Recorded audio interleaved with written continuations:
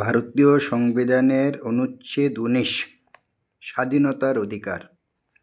যেহেতু সংবিধানের লক্ষ্য হল প্রত্যেক ব্যক্তিকে তার মর্যাদা এবং স্বাধীনতা প্রদান করা, সেই জন্য নাগরিকদের জন্য কয়েকটি নির্দিষ্ট অধিকার করা হয়েছে। এই অধিকারগুলি ১৯ অনুচ্ছেদে লিপিবদ্ধ হয়েছে, কিন্তু এগুলি পুরোপুরি শর্তহীন নয়, কারণ কিছু যুক্তিগ্রাহ্য বিধিনিষেধ তার উপর আরোপিত হয়েছে।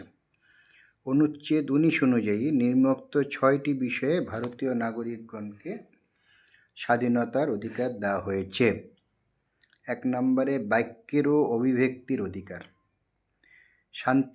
শান্তিপূর্ণভাবে ও নিরস্ত্র হয়ে সমবেত হবার অধিকার। সমিতি বা সংঘ গঠনের অধিকার। ভারতের রাজ্যক্ষেত্রে সর্বত্র স্বাধীনভাবে চলাফেরার অধিকার। ভারতের রাজ্যক্ষেত্রে যে কোনো ভাগে অর্থাৎ যে কোনো রাজ্যে বসবাস করার এবং স্থায়ীভাবে নিবাস করার অধিকার এবং যে কোনো বৃত্তি অবলম্বন করার অথবা যে কোনো উপজীবিকা ব্যবসা বা কারবার চালাবার অধিকার দেওয়া হয়েছে। কারণ মাঝে মধ্যে যে শোনা যাচ্ছে বিভিন্ন রাজ্যে বাংলার বাসিন্দাদের কিছু সমস্যা হচ্ছে, সেই বিষয়ে আজকে ভারতের সংবিধানের ১৯ আর্টিকেল আমি